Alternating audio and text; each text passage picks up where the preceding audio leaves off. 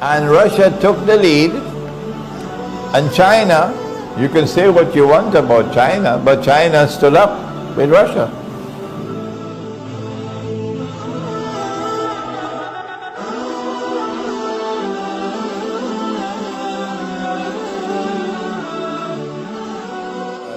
Wasallam, that the river Euphrates will uncover a mountain of gold, and those of you who have been listening to me are all already familiar with the hadith and my interpretation, so I can be rapid now. The river Euphrates will uncover a mountain of gold, and people will fight for that gold. And 99 out of every 100 who fight for the gold will be killed. And each one will say, I'll be the one who will survive, but the Muslims must not touch that gold. Number one, no war in human history, no war has killed 99% of combatants. So this has to be a unique war in human history. Secondly, it has to be a war using weapons of mass destruction. Normal weapons cannot kill 99%, no. With weapons of mass destruction, the one that we are accustomed to now is nuclear weapons and thermonuclear weapons.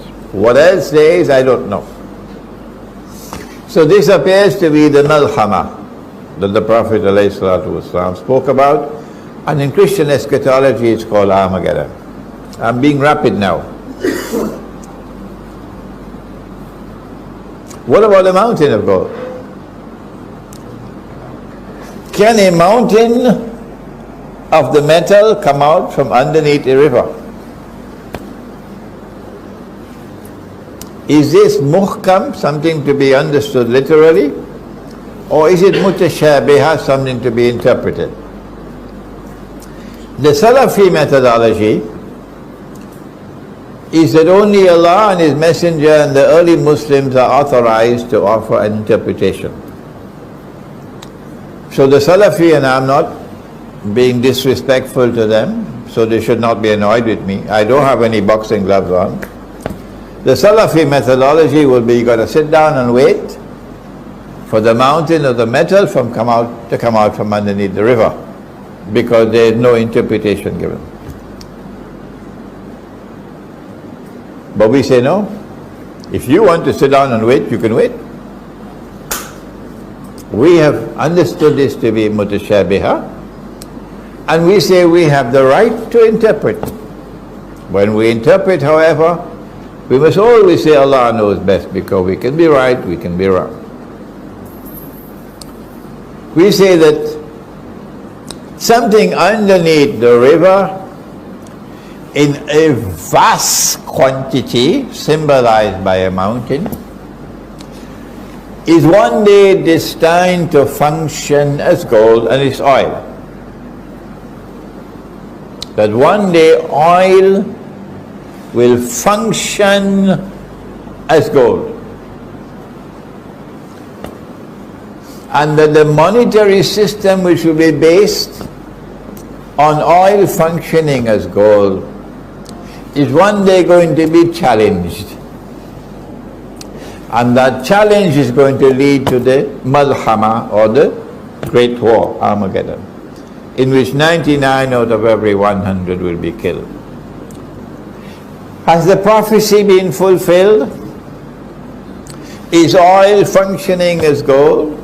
Because of my training in Islamic studies and also my training in international relations, and I thank Allah for that, the normal scholar of Islam doesn't get this chance. I was able to recognize and to interpret this hadith several years ago. I said that in 1971,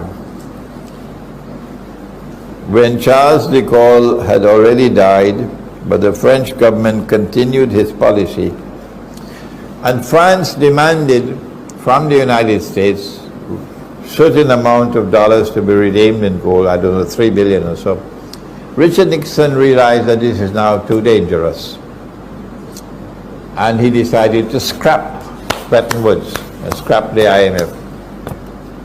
United States had an obligation, a legal obligation under international law to redeem the dollars for gold. The United States says, we gave our word, but we don't have to keep our word. That's what they did. And yet everybody wanted a US visa. So they took the agreement and they tore it up. And so from September 1971, even the 0.001% that was system that was halal was finished. The US dollar is no longer redeemable in gold. As soon as that announcement was made, the US dollar started to lose value. It was $35 an ounce until September 71, and then it started to drop until it reached 40. Between September 1971 and the Arab-Israeli War of 1973, the US dollar was in no man's land. If it was attacked, the whole system could collapse because it's not backed by anything.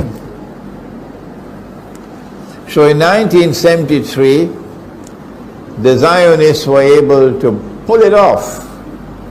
The biggest victory they've achieved since Adam alayhi salam set foot on earth was in 1973. When the war between the Arabs and Israel took place, and the Zionists were on both sides of the war.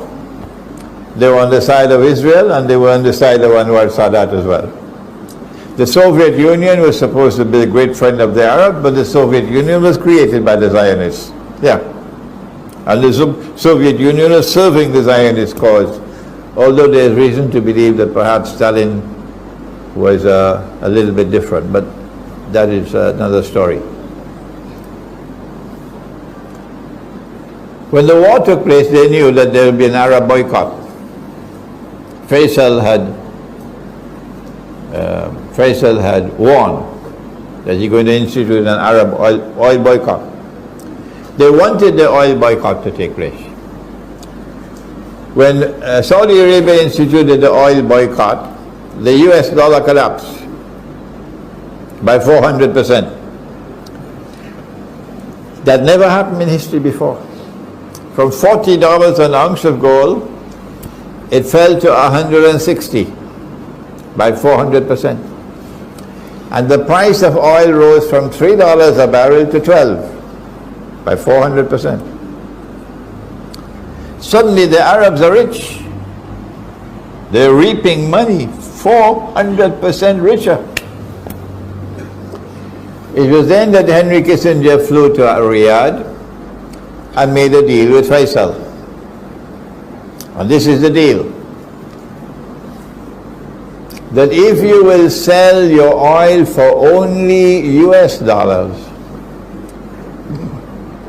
we tell you what you're getting now is peanuts to what you're going to get in the future. Whatever else there was in the agreement, secret, I don't know. But Faisal fell for it because Faisal didn't have any scholarship. And the Arabs began to sell their oil for only US dollars. And then OPEC was born, and OPEC instituted that oil can be sold for only USD. Even if you have gold dinars, you still can't buy oil, only with USD. When that agreement was struck, an ocean of oil began to function as a mountain of gold, and the petrodollar was born. This is my interpretation of the hadith. I've given this interpretation now for several years. I can't get one scholar to come forward and stand with me. So mine is still a lonely voice crying in the wilderness. But as I said, you should not accept my interpretation unless you're convinced it's correct. What has happened over the last few years